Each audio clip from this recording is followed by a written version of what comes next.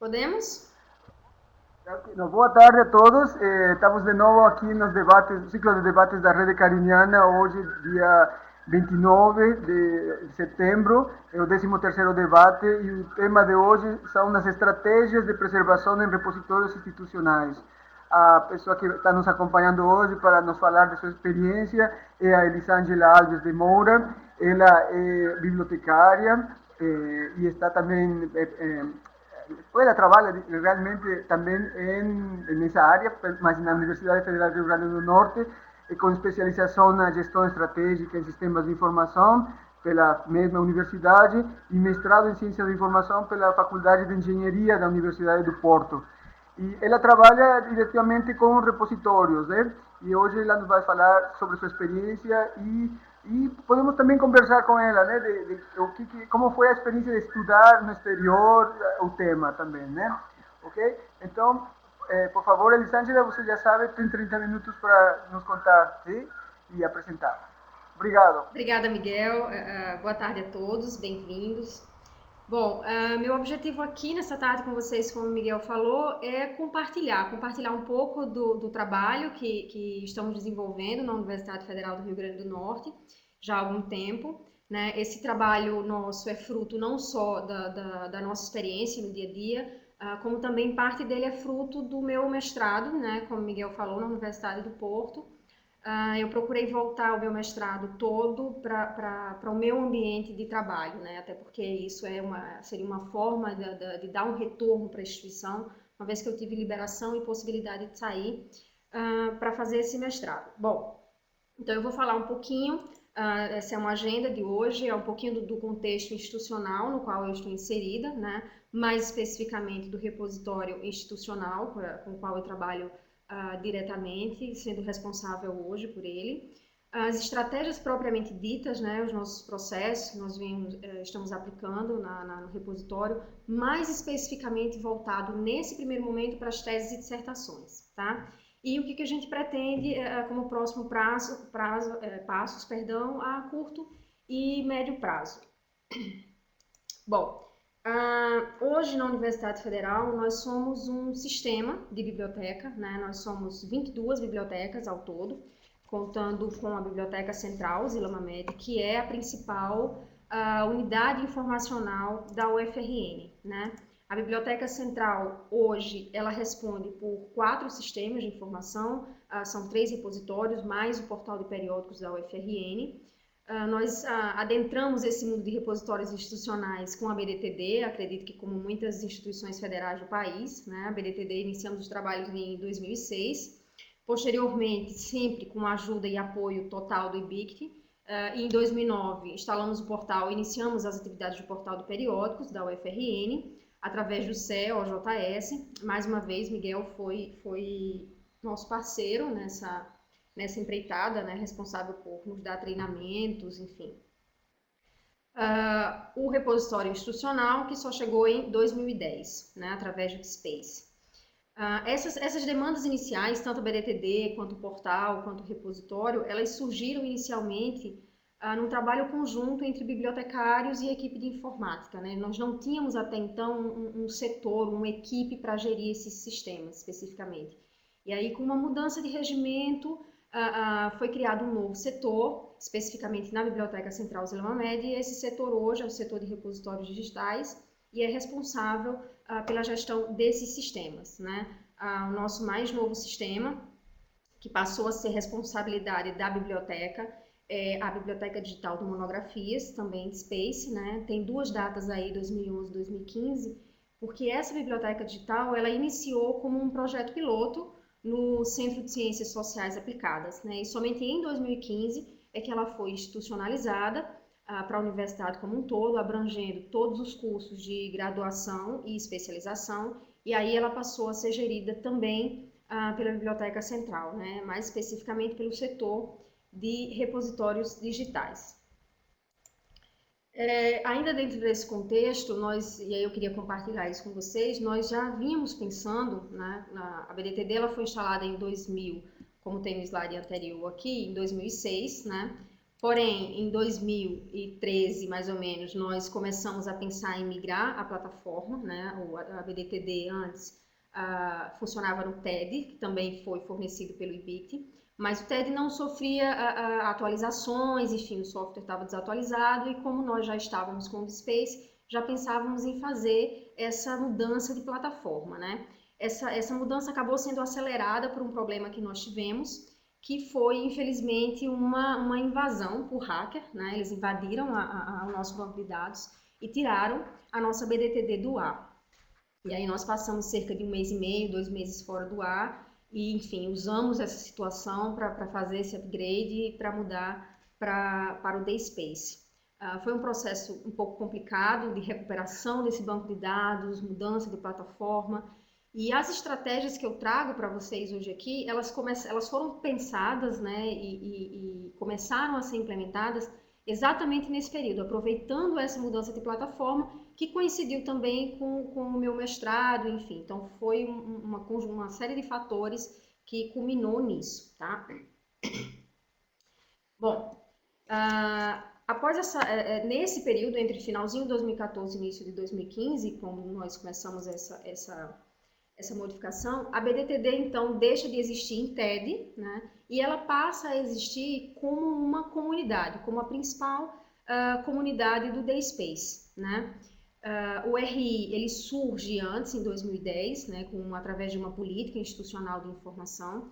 Essa política foi extremamente interessante para a gente, porque ela é mandatória, né? Através dela nós tivemos mais tranquilidade para trabalhar, porque tornava obrigatório o depósito da produção técnico-científica dos membros da nossa instituição, né?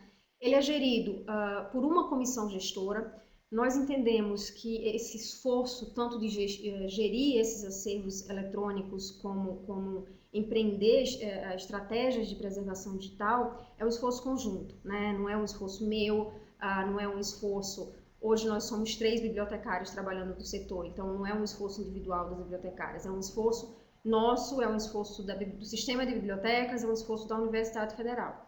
Por isso, ele é gerido por uma comissão gestora, e essa comissão tem membros das várias pró-reitorias, da instituição. Então, nós temos representantes da pró-reitoria de extensão, da pró-reitoria de pós-graduação, desde que sempre, e registramos isso em documento, o responsável, né, o presidente dessa comissão, seja um bibliotecário lotado na Biblioteca Central Zila Mamed, tá? Então, o nosso repositório hoje, como eu falei, ele abriga a BDTD, né, desde 2015, e é a nossa principal comunidade. Agora, recentemente, esse mês, nós fizemos a atualização da versão do DSpace, né, mudamos para a versão 5.5, o que já nos dá uma série de outras possibilidades, inclusive como estatísticas, enfim. E, claro, está integrado via o IPMH com os agregadores nacionais, internacionais, e devidamente registrado nos rankings, né? Hoje, nós somos o 12º repositório, né, no Web of Rankings, de 51 repositórios registrados no Brasil, tá? Bom, dentro desse nosso repositório, nós temos diversos materiais, né? Basicamente, artigos de periódicos, trabalhos completos apresentados em evento, livros, capítulos de livros e, principalmente, que é o que eu vou falar um pouco mais hoje aqui, teses e dissertações, tá? Essas teses e dissertações, elas hoje são a maior parte do nosso repositório, né? Vocês podem ver aqui que 20% do nosso repositório é tese, 71% é dissertação, né? Essas dissertações são cerca de 6.600 documentos. O nosso banco de dados não é tão extenso assim. Vamos lá. Nesse período também aconteceu um processo muito interessante para nós, que foi o seguinte: a Universidade Federal ela tem um sistema muito robusto, né, o SIGA-A, que é o Sistema Integrado de Gestão Acadêmica. Esse SIGA-A ele já recebia os arquivos das teses e dissertações. A universidade lançou uma resolução, né, há um tempo já, determinando que as teses e dissertações passassem a ser digitais e não mais impressas, né? Assim como aconteceu com a BDM mais recentemente. E aí, a partir desse momento, com essa determinação da UFRN de que esse material passasse a ser eletrônico, com a invasão da nossa BDTD e com a migração para o Space, nós vimos que o que iria acontecer com as teses e dissertações é que nós teríamos uma duplicidade de trabalho, né? Essas teses e dissertações obrigatoriamente seriam depositadas no SIGA, mas elas também teriam que vir para o RI. E aí nós, num esforço novamente conjunto, né, conversamos com a Pró-Reitoria de Pós-Graduação, com a nossa Superintendência de Informática, que nós chamamos de Sinfo, nós temos uma equipe de desenvolvedores na Sinfo, juntamente com a equipe de bibliotecários do setor de repositórios digitais, e nós desenvolvemos no SIGA, chegamos a um fluxo de trabalho, né, capaz de gerir todo esse processo das teses e dissertações, desde a atividade de defesa, atividade inicial de defesa, até a fase final, que é a entrega da versão final e a homologação de diploma. Então, esse fluxo de trabalho ele compreende 9 passos, inclusive solicitação de ficha catalográfica, avaliação final de orientador, enfim. Então, o que nós fizemos? Nós mapeamos, né, toda essa informação, criamos esses 9 passos.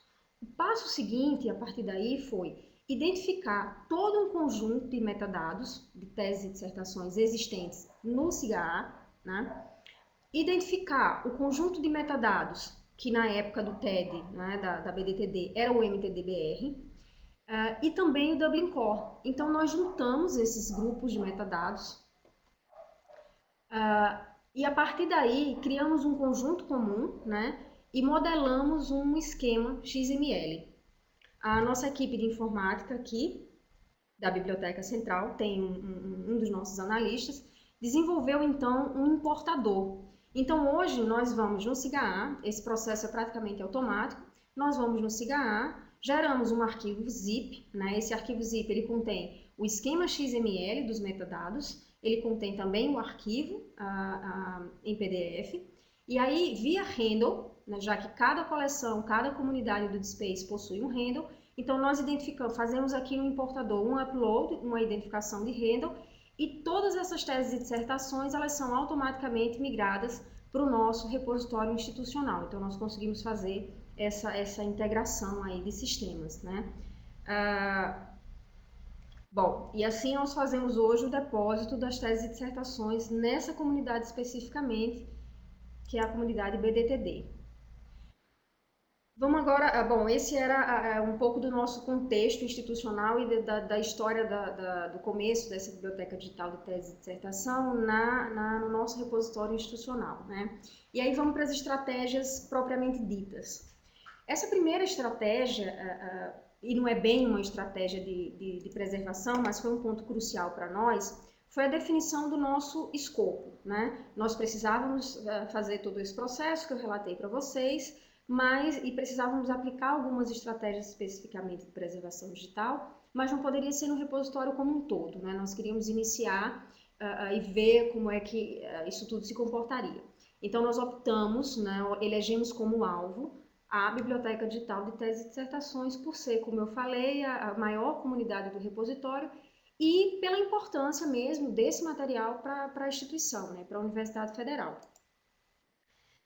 O segundo passo, né, a segunda estratégia que nós definimos e que eu já falei um pouquinho para vocês, foi determinar um conjunto de metadados padrão. Bom, e aí eu vou fazer só uma paradinha para explicar uma coisa para vocês, assim. Quando a gente fala de preservação digital, né, até como o De La Vega mesmo já mencionou algumas dessas questões no debate, foi no 10º debate, se eu não me engano, empiricamente, nós não podemos dizer que nós preservamos o material, né? Como fazemos com um livro impresso, com material impresso, enfim. O que nós fazemos com a preservação digital, né, é tentar garantir que nós vamos poder reproduzir esse conteúdo, né, de forma autêntica e de forma íntegra. Então, o que nós preservamos, na verdade, é a capacidade de reproduzir esses resultados, né, de reproduzir esses conteúdos. E não o material, a obra em si, porque isso ao longo do tempo vai sofrer atualizações, mudança de suporte, certo? Então, para que a gente consiga reproduzir esses resultados, né, é importantíssimo que eu tenha o máximo possível de informação. não só acerca dos conteúdos, claro, como propriamente do meio digital, do meio tecnológico no qual esse conteúdo se insere. Daí a importância de definir um conjunto mínimo de metadados, né, para que a gente tente atingir aqueles níveis, né, dos metadados, enfim, descritivos, administrativos e estruturais. Então, inicialmente, esse foi o conjunto mínimo, né? Nós fizemos uma análise, como eu disse, do MTDBR, do Dublin Core, que já vem por padrão no Space, do conjunto de metadados que nós tínhamos no SIGA e de necessidades institucionais. E aí chegamos nesse conjunto mínimo. Estava querendo aumentar aqui para vocês, deixa eu ver se eu consigo...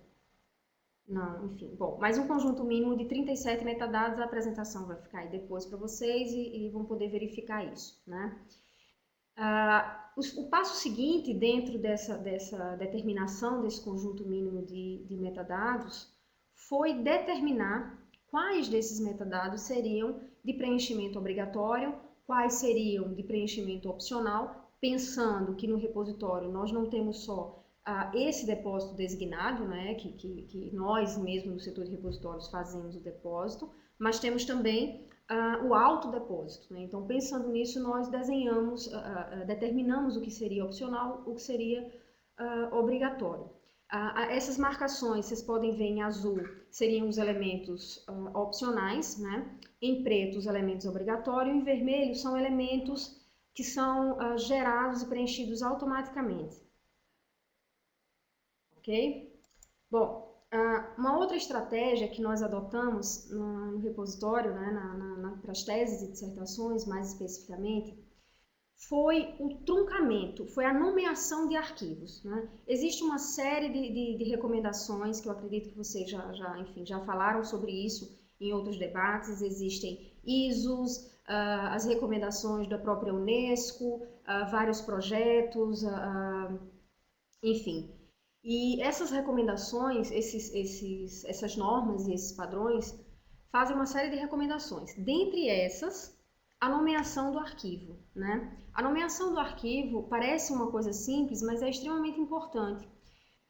Nós, com isso, podemos criar mais uma possibilidade de recuperação desses materiais, né? A recomendação, inclusive, quando se trata de nomeação de arquivo, é que isso seja feito de uma maneira coerente, né? Ou seja, o nome desse arquivo precisa ser coerente com o próprio arquivo e com o conteúdo desse arquivo, né? E essa nomeação precisa ser não ambígua. E a gente sabe que quando se trata de tese, dissertação, enfim, quem puder dar um passeio aí pelos diversos repositórios, vocês vão ver que nós temos arquivos nomeados das mais diversas formas. João 1, tese final 2, tese definitiva 3, enfim.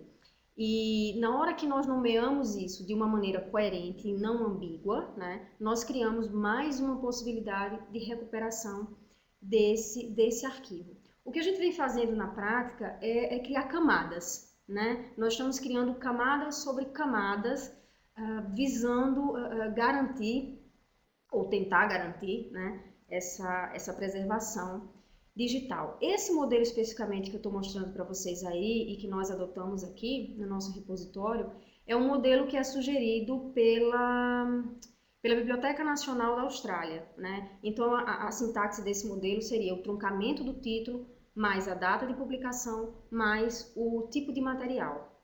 Então nós temos um exemplo aí, eu fiz com a minha própria dissertação, requisitos preserve digital, o ano e o tipo que seria dissertação. Claro que é possível agregar outras informações, como, por exemplo, sobrenome de autor, ou primeiro nome do autor, enfim.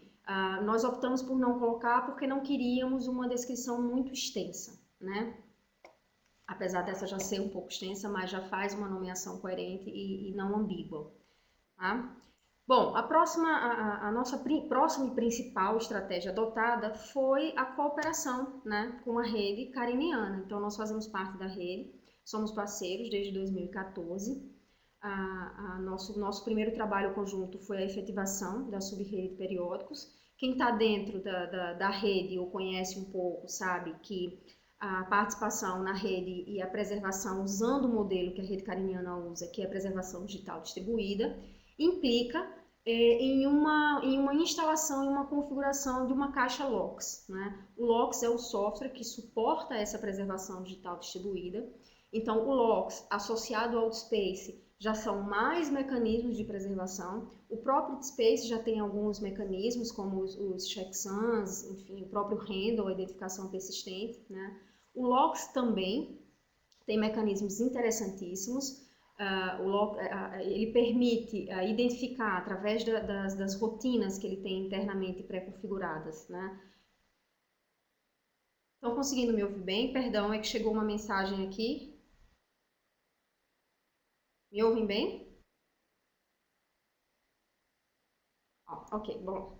Então, o LOX, ele tem esses mecanismos interessantíssimos que fazem, ele tem um daemon, né, internamente e processos pré-configurados, e ele faz uma verificação desses arquivos, né? Essa verificação consiste basicamente em checar se todos esses arquivos estão íntegros e autênticos. Nessa checagem, se por acaso ele encontra algum arquivo corrompido, ele faz um processo de comparação, né, através de um hash, é um código que ele cria para comparar esses arquivos. E se ele encontrar um arquivo corrompido, ele é capaz de identificar o arquivo que se mantém íntegro e autêntico e replicar esse conteúdo nos demais participantes da rede, né, nos demais membros da rede, fazendo então a substituição desse arquivo que eventualmente venha a ter sido corrompido. O nosso próximo passo na rede cariniana, que nós estamos trabalhando agora junto com o IBICT, é a implementação da subrede de teses e dissertações. Então, a preservação efetivamente das nossas teses e dissertações. Para isso, nós adotamos uma outra estratégia. É possível, vocês estão vendo aqui, essa visualização aqui embaixo é uma imagem da interface gráfica do LOX, da interface administrativa do LOX. Aqui não dá para ver muito bem, mas são os artigos, né, e as revistas que nós temos preservadas. Nós também adotamos uma outra coisa que eu vou falar um pouquinho lá na frente para vocês, que são as boas práticas, que eu chamei de boas práticas, né? E aí nós pretendemos fazer uma verificação dessa caixa LOX. Então nós entendemos que se todos esses materiais, artigos, teses e dissertações estivessem juntos, nós iríamos visualizar isso aqui de maneira misturada, né? Ora veríamos artigo, ora veríamos tese, dissertação, enfim. Então, por causa disso, nós adotamos uma segunda caixa LOX. Então, optamos por trabalhar com duas caixas e preservar separadamente os artigos, né, provindos do OJS, do CE, e as teses e dissertações provindas do DSpace. Tá? Uma outra coisa que nós estamos em fase de implementação e estudo agora, para poder fazer isso em lote, é a normalização do formato. Hoje, dentro do nosso RI, nós temos alguns arquivos em docx, por acaso encontramos PPT também, aí vamos verificar ainda o que foi que esse arquivo em PowerPoint está lá. Temos arquivos em EPUB, mas aí já é são livros, enfim, capítulos de livros. Mas em se tratando de teses e dissertações, nós optamos por normalizar esse formato. Isso ainda não foi feito, né? Isso está em fase, está em andamento, e nós vamos normalizar. Mais uma vez, seguindo essas recomendações internacionais, essas normas e padrões internacionais já consolidados para a preservação digital, algumas dessas recomendações dizem que é teoricamente mais fácil, né? Futuramente, num futuro que nós não sabemos exatamente daqui a quanto tempo vai ser, se 3 anos, se 4, se 5, mas seria mais fácil fazer uma nova mudança, uma nova atualização de formato se eu tenho todas as minhas teses e dissertações em um formato só. Né? Então, nós vamos optar pela adoção do PDF-A, enfim, que reconhecidamente já é um padrão, um formato voltado para a preservação digital de longo prazo, né? E nós pretendemos fazer isso em lote mesmo, né? Nós vamos reunir aquela quantidade X e vamos migrando para o PDF-A, para que lá na frente nós tenhamos essa facilidade de atualizar esse formato caso venha a ser necessário, né? Nós estamos trabalhando hoje no campo hipotético. Eu não tenho como afirmar agora que esses materiais estão efetivamente preservados, né? Nós estamos adotando mecanismos, processos, criando camadas sobre camadas, tentando minimizar possíveis problemas e tentando garantir que isso esteja acessível a longo prazo.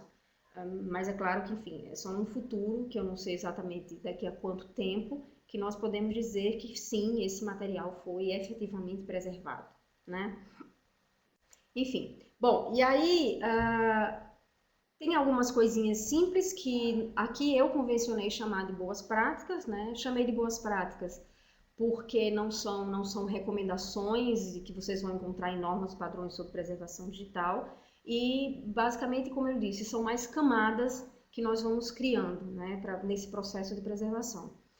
A primeira boa prática é que nós optamos por fazer localmente um monitoramento da nossa caixa logs. Esse monitoramento já é feito pelo IBICT, né, de tempo em tempo, mas optamos por esse monitoramento local por quê?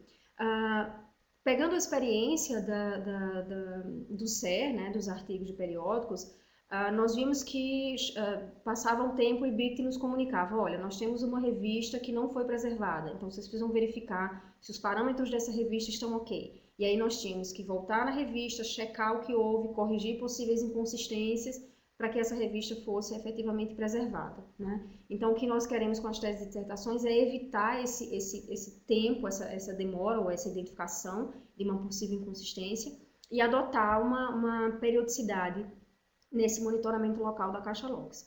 Uma outra coisa é a verificação dos arquivos, né, quando eles vêm do SIGA, por uma questão de vírus, né? Claro que um arquivo com vírus, enfim, ele não vai ser capaz de corromper o nosso banco de dados, mas é um preciosismo nosso, uma verificação a mais para que um usuário comum, quando baixar esse arquivo, por exemplo, não tenha o desprazer de encontrar um vírus em um desses arquivos. Infelizmente, é possível, né? E uma outra coisa que nós fizemos foi virtualizar o servidor que hospeda o DSpace, né? O nosso servidor hoje, localmente, não está na Biblioteca Central, Zilmamed. O nosso servidor encontra-se na Superintendência de Informática e nós apenas virtualizamos ele na Biblioteca Central. Esse procedimento nós consideramos assim extremamente importante. O que isso trouxe para nós? Primeiro, uma capacidade maior, né, de armazenamento. E segundo, por estar na Superintendência de Informática, isso dá para a gente mais uma garantia de preservação, ou seja, são mais cópias desses materiais distribuídos. A nossa superintendência aqui, ano passado, esse ano já na verdade, inaugurou um novo data center. Então, tanto hardware quanto softwares foram modernizados, né, máquinas novas. Esse data center ele tem políticas diárias e quinzenais de backups, né? Como também ele tem uma política de replicação de todo o banco, todo o data center em um outro data center, que apesar de ficar geograficamente próximo, mas também já são mais cópias e é um outro data center, que fica no IMD, que é o nosso Instituto Metrópole Digital. Enfim, e mais uma vez, com tudo isso o que a gente quer é criar camadas, né? Camadas sobre camadas e tentar minimizar o impacto e tentar garantir de que essas teses e dissertações, que são também, não só hoje, a principal produção intelectual das universidades, em termos de quantidade e também de importância, como também é memória institucional, né? E o que a gente pretende daqui para frente, né? E com que estamos trabalhando agora? Primeiro é efetivar essa subrede de teses e dissertações em trabalho com o IBICT. Nós já implantamos a Caixa Logs, já entramos em contato com o IBICT, e aí a gente está em fase de testes ainda, né, para efetivar, para começar a trabalhar com essa subrede. A migração de formatos, né, então a normalização de formato, perdoe, eu coloquei migração aí, mas seria atualização de formato para o PDF-A. E estamos trabalhando junto com a UFPE, né? Ficou um pouquinho adormecido isso, mas nós vamos retomar agora. A implantação da Renere. Nós temos um entendimento nosso aqui muito claro de que essas coisas que nós fazemos, essa oportunidade agora de conversar com vocês, por exemplo, nós queremos compartilhar isso, né? Dividir o que nós estamos fazendo aqui. E aí a ideia da Renere é essa. Nós criamos já uma wiki, né? E queremos colocar nessa wiki todo o material que nós desenvolvemos aqui. Então, nós sabemos, por exemplo, que muitas instituições federais no país usam o sistema de gestão, criado na universidade. Então, muitas universidades federais do país usam o CIAA. Então, nós queremos disponibilizar para essas instituições também o importador, né? Não fizemos isso ainda, porque agora a nossa equipe está trabalhando na atualização desse importador, então a gente vai sair em breve com uma segunda versão do importador, e aí o nosso conjunto de metadados, por exemplo, já está disponível na Wiki, e todo o material que nós tivemos e os trabalhos que a gente vem desenvolvendo e as ações que estamos empreendendo nesse sentido, nós queremos compartilhar, né? Então isso vai ficar na Renere. E esse, como eu disse, o nosso escopo inicial são as teses e dissertações, né? Mas nós queremos estender essas ações para o repositório como um todo, para os demais materiais. Uma outra coisa que eu não coloquei aqui, e aproveitando a oportunidade para convidar vocês, é que nós estamos organizando o primeiro Fórum Nacional de Repositórios Digitais, né, que vai ser aqui em novembro, e tem informações no site, por favor, acessem, vejam, participem. E lá nós vamos discutir um pouco sobre preservação. Miguel vai estar conosco, inclusive, ministrando um mini curso e também numa das mesas de discussão, né? Teremos também discussão sobre Space CRIs, sobre ontologias para repositórios de dados, enfim. Espero que possam participar, estão todos convidados. Bom, era isso que eu queria dividir com vocês, um pouco do trabalho que a gente vem desenvolvendo na UFRN. E é isso, estou à disposição, qualquer dúvida, enfim, que eu puder colaborar de alguma forma com vocês. Ok, muito obrigado, Elisângela, foi ótimo. Agora estamos já começando a parte das perguntas. Enquanto nossos colegas que estão conosco esta tarde preparam suas perguntas, eu queria também comentar o que você falou, né? E que realmente deu essa ideia, né, de que para uma gestão da preservação em repositórios institucionais é necessário que se tenha uma transparência e também um compartilhamento das informações. Ou seja, quanto mais avança um repositório, né, em suas funções, em seus conteúdos, ele tem mais compromisso com a parte de distribuir o conhecimento, ou de compartilhar o conhecimento, né? Eu queria te perguntar, vocês estão trabalhando já alguma coisa dedicada às políticas ou a um plano de preservação? Como vocês estão pensando fazer isso? Sim, sim, Miguel.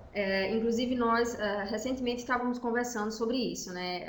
Agora estamos todos voltados para o Fórum Nacional, mas já iniciamos os estudos, montamos um pequeno grupo e o que nós pretendemos agora é elaborar e desenvolver a nossa política de preservação, né? Então nós fizemos todo esse trabalho que eu comentei com vocês e isso foi como projeto piloto de certa forma, né? Então nós já temos alguns modelos, alguns parâmetros que nós iremos usar no repositório como um todo, e aí nós vamos definir isso numa política. Então, a política é uma coisa que já está em processo.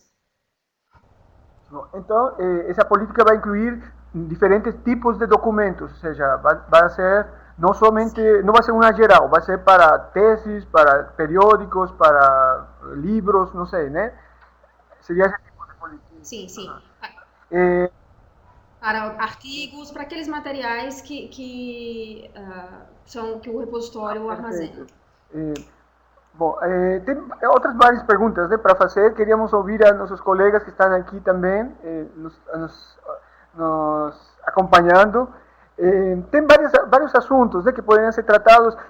Nós tivemos a oportunidade de falar com a professora bibliotecária Cristina Azorín. Ela nos mostrou várias coisas interessantes sobre a preservação que se faz no repositório dela. Uma das coisas também importantes é a parte da sustentabilidade econômica. Nós sabemos que a universidade já supostamente, né, através da biblioteca, teria um orçamento, algo que desse essa confiabilidade de que os serviços vão continuar. Não sei, vocês pensaram nisso? Como dentro da universidade fazer que a instituição garanta a sustentabilidade econômica e de recursos humanos? Então, Miguel, estamos inseridos num ambiente público, né? E, enfim, vocês entendem o que isso significa. E ficamos à mercê de uma série de políticas e questões. Então, a gente não pode afirmar isso no futuro. O que nós fizemos foi, junto com a nossa reitoria e com as pró-reitorias, estabelecer políticas, né? Então, estabelecemos uma política mandatória que já diz que tem que ter uma comissão gestora, onde as pró-reitorias têm que ser inseridas, né, para participar desse processo de gestão. Nós temos em andamento a própria política de preservação, né? E a gente está acreditando nisso, né? Nós temos, participam conosco da gestão desses repositórios. Cada um dos repositórios que eu mostrei aqui para vocês, ele é gerido por uma comissão gestora. E essas comissões têm membros, né, das pró-reitorias de pós-graduação. E isso foi uma resolução aprovada nos conselhos superiores. Essa foi a maneira que nós encontramos de ter uma certa garantia, já que nós teríamos diretamente as pró-reitorias envolvidas nisso, né? E esses documentos, além disso, eles institucionalizaram esses repositórios, ou seja, eles são da Universidade Federal. O repositório não é da Biblioteca Central ou do sistema de bibliotecas, né? E o próximo passo agora é inserir isso no PDI da instituição. Ótimo. Aqui temos uma pergunta da Sandra. Ela nos está falando aqui, né, de que, bom, você mencionou que o repositório, né, está mais relacionado com essa parte das teses e dissertações, e ela quer saber se vocês criaram algum critério de seleção para as teses que devem ser preservadas, se vão ser todas ou não. E eu agregaria, o que vão fazer com as monografias de graduação? Perdão. Você pode repetir, Oi. por favor? Sim. Sandra, nós não estabelecemos um critério de seleção, né, para essas teses e dissertações. Como eu falei, dada a importância desse material para a instituição e também por ser memória. Então, todas as teses e dissertações, elas são elas vão ser preservadas e elas são depositadas no nosso repositório institucional, né? Esse depósito hoje acontece, como eu falei, eu vou até voltar o slide aqui um pouquinho para vocês verem. Esse depósito das teses e dissertações hoje se dá através desse importador, então é quase que de forma totalmente automática, né? Nós importamos esse material direto já do SIGA e depositamos no repositório. Com relação, você perguntou também aqui as em papel, né, as impressas. Não, nós não pensamos ainda em trabalhar com as impressas, porque isso implicaria num outro processo, enfim, de digitalização.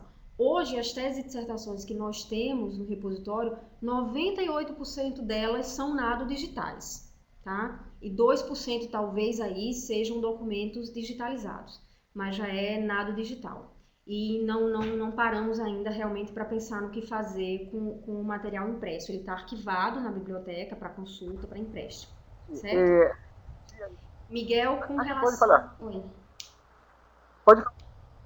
Com relação às monografias, que você me perguntou. As monografias nós temos aqui institucionalizado, a partir de 2015, aqui, a Biblioteca Digital de Monografias, né? Então, nós também, a UFRN também lançou uma política mandatória, mais uma vez, que facilita muito o nosso trabalho, né? Na hora que existe, infelizmente, a coisa acaba acontecendo mais fácil quando existe uma obrigatoriedade.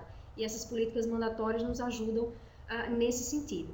Então, a partir de agora, todos os cursos de graduação e especialização devem depositar, e aqui sim está sendo quase que 100% autodepósito. Os próprios alunos estão depositando as suas monografias, tanto de graduação quanto de especialização, tá? E cada curso, cada coordenação fica responsável pela verificação desses metadados. Então, nós gerimos a BDM, Biblioteca Digital de Monografias, damos treinamentos e acompanhamos diretamente essas coordenações de curso. Mas o depósito é basicamente feito através do autodepósito. Então, só para esclarecer, são quantos repositórios na Federal?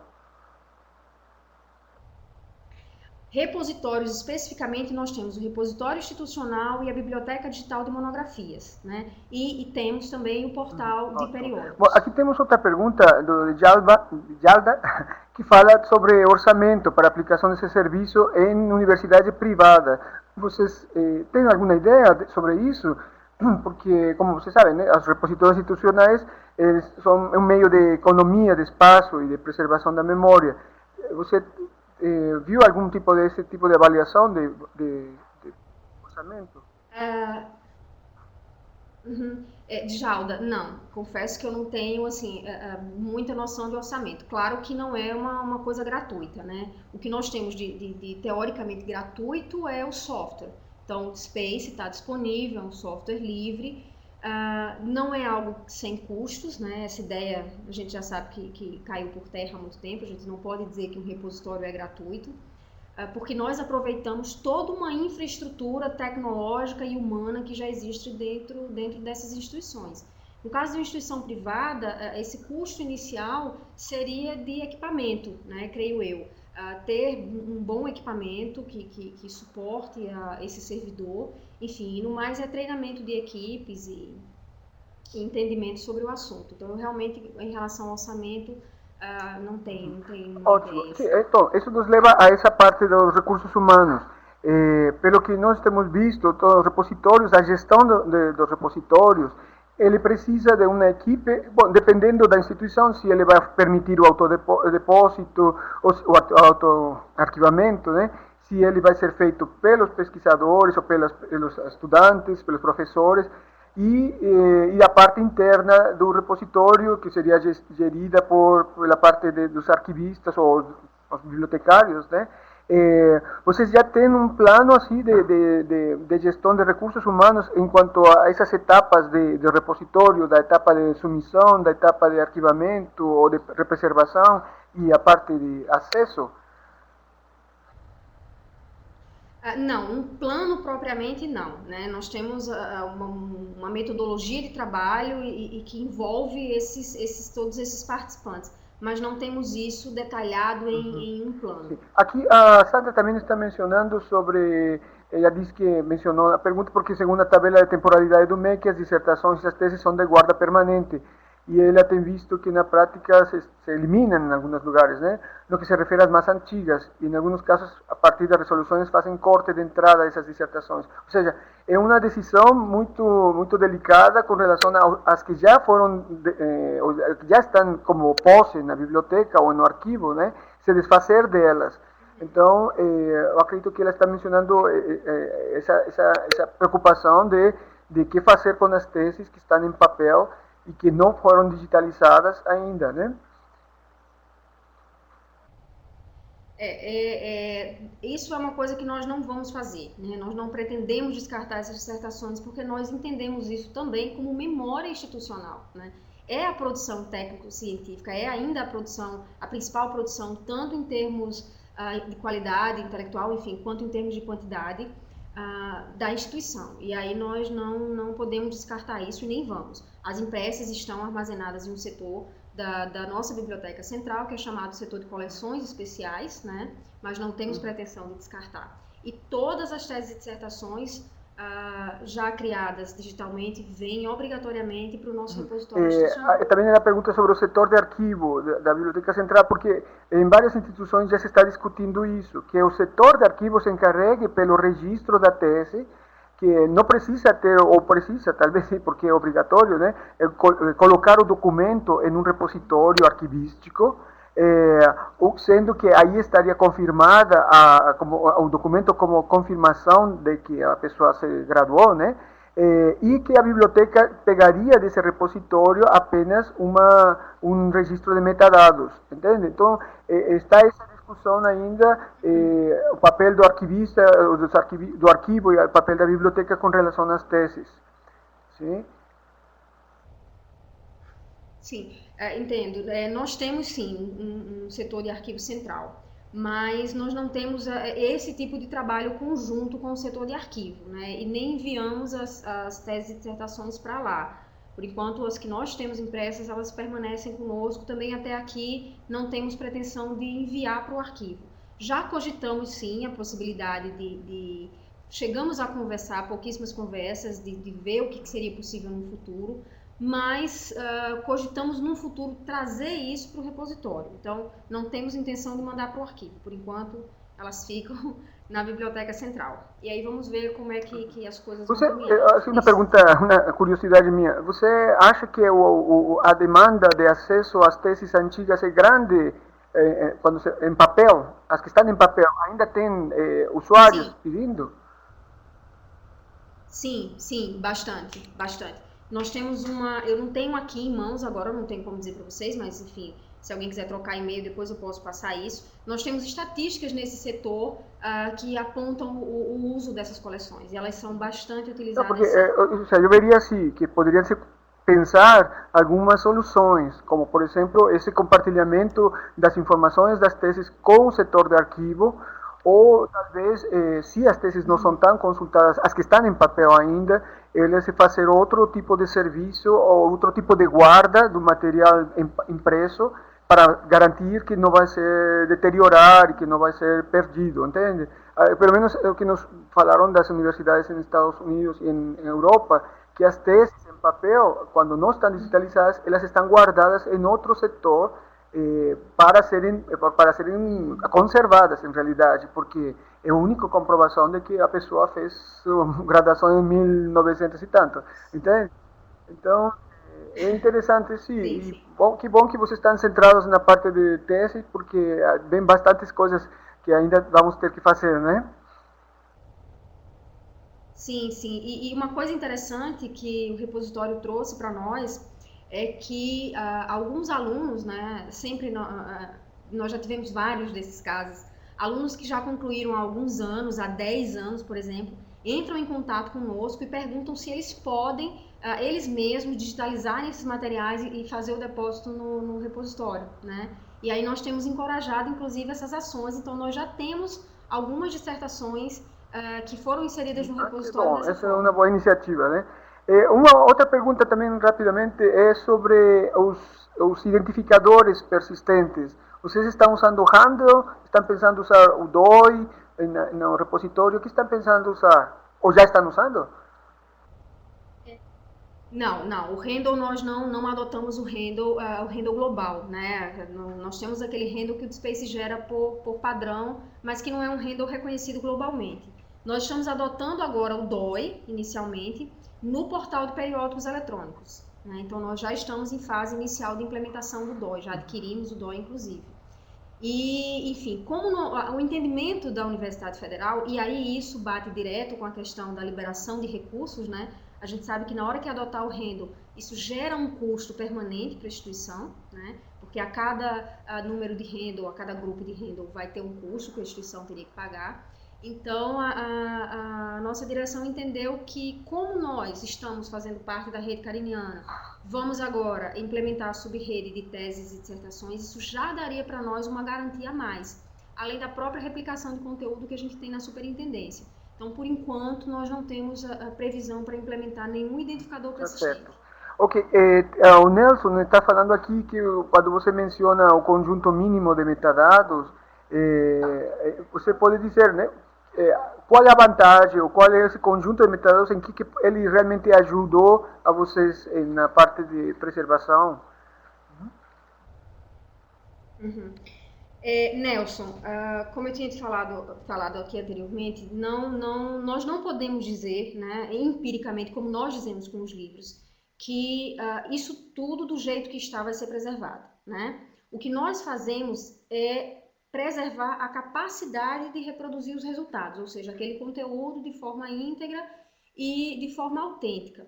Para isso, eu preciso descrever esse conteúdo minimamente, né? Para que esse conteúdo seja reproduzido, para que esses resultados sejam reproduzidos, eu preciso deixar claro que material é esse, que conteúdo é esse, quem fez, de onde ele vem, o máximo de informações possíveis, tanto sobre o conteúdo como sobre o meio digital no qual esse conteúdo se insere. Então, esse conjunto mínimo de metadados é para isso, né? Para que eu possa efetivamente descrever esses conteúdos e o meio tecnológico no qual eles se inserem. Sem isso, fica difícil reproduzir o resultado desse conteúdo. Certo. Eh, Bom, em inclusão, então, vocês estão trabalhando no repositório institucional, eh, ele vai estar centralizado na parte de teses ou vocês vão a juntar tudo em um único repositório mais na frente? Perdão, Miguel, cortou um pouquinho. Você Essa poderia parte do repetir? repositório, a gestão do repositório vai ser direcionada só às teses ou também a outros documentos em um único repositório? Não. Sim, sim. Não, não. Hoje no repositório digital, vou voltar um pouquinho aqui, nós temos especificamente artigos, né? Trabalhos publicados em evento, trabalho completo, livros, capítulos de livros e as teses e dissertações. Essas nossas ações que nós estamos empreendendo, especificamente sobre preservação digital, inicialmente decidimos aplicá-las só às teses e dissertações, né? Mas isso vai ser para o repositório como um todo. Então, a gestão vai ser do repositório como um Ótimo. todo. Como vocês encontraram no DSpace? Ele lhes deu liberdade para criar metadados suficientes para a descrição dos artigos? Sim, sim. Esse nosso conjunto de metadados, veja, ele não é o conjunto mais completo, né? Ele está baseado em Dublin Core e MTDBR, como eu falei. Hoje nós temos, por exemplo, o MODS, que é um conjunto de metadados até muito mais extenso que o próprio Dublin Core. Nós temos alguns campos do dicionário Premis, por exemplo, que nós ainda não agregamos, né? Mas o DSpace, ele traz o Dublin Core por padrão, ele traz esse conjunto mínimo por padrão e ele permite, por ser open source, ele permite que nós consigamos fazer a incorporação desses metadados. Assim como ele também permite que no futuro, que é o que nós pensamos, possamos estender esse conjunto de metadados, né, para agregar ainda mais informações, principalmente administrativas e Bom, aqui estruturais. vai ser uma última pergunta, não sei, já estamos quase no final. A Carolina Santana nos fala aqui sobre uma coisa que você mencionou, da integração de serviços com o AI, né, com os principais agregadores. E você pode mencionar mais ou menos como vocês estão fazendo isso? Carolina, na verdade, assim, o próprio DSpace, né, ele tem todo aquele fluxo de processo dos princípios do acesso aberto, né? Esses princípios têm um procedimento para ingestão, para gerência, para planejamento e para recuperação e uso desses conteúdos. Então, o próprio DSpace já trabalha conforme os princípios do acesso aberto e ele tem o protocolo que foi o principal, eu creio que foi o principal produto, né, do acesso aberto, que foi o protocolo OAI-PMH. Então, via esse protocolo, por exemplo, o IBIT AI, um agregador central, consegue puxar informações do nosso repositório. Então, usando o exemplo da BDTD, por exemplo, nós temos a BDTD nacional, a BDTD internacional, nós temos uma parceria muito interessante Brasil-Portugal, não sei se vocês conhecem, o RECAP, né, que é o principal repositório de Portugal. Então, por exemplo, as nossas teses e dissertações, por causa dessa integração, elas estão disponíveis na RECAP, né? Então, quem acessar a RECAP vai acessar teses e dissertações disponíveis aqui no nosso repositório. E isso acontece via um sistema de harvesting, né? Existe uma ligação, nós identificamos, o IBICT sabe, por exemplo, em que porta entrar aqui nos nossos sistemas e coletar essas nossas informações. Para que essa integração aconteça, além desses sistemas todos trabalharem dentro dos princípios do acesso aberto, claro, nós precisamos seguir alguns padrões. Por exemplo, nós temos um conjunto mínimo de campos e esses campos eles têm que estar descritos de acordo para que o Harvest consiga identificar e puxar. Então, por exemplo, uma tese, eu tenho que ir lá no metadado type e dizer que ela é uma master thesis, por exemplo, né? Então, na hora que eu faço isso, quando o Harvest for coletar esse material, ele vai entender que aquilo é uma tese. Então, nós temos não só essa padronização na descrição desses campos, como também o próprio software, enfim, permite Ok, isso. muito obrigado, Elisângela. É bom saber também que vocês estão participando com a Cariniana nesse novo serviço também de preservação das teses e dissertações, e que em breve também vocês vão ser participantes do serviço de preservação de repositórios institucionais.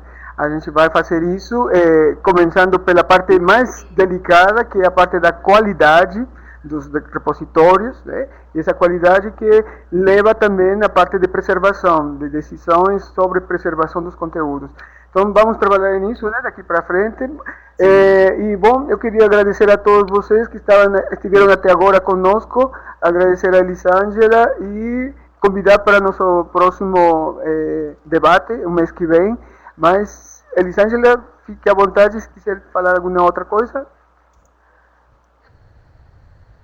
Não, agradecer, muito obrigada a todos, estou à disposição, vocês têm aí os meus contatos, qualquer dúvida é só entrar em contato conosco na Universidade Federal. E mais uma vez convidá-los, venham para o fórum, e discutiremos muito mais coisas no Perfeito, fórum. então a gente se vê na praia, digo, na universidade, tá? Abraço a todos. Tá bem, Obrigado. abraço, obrigada.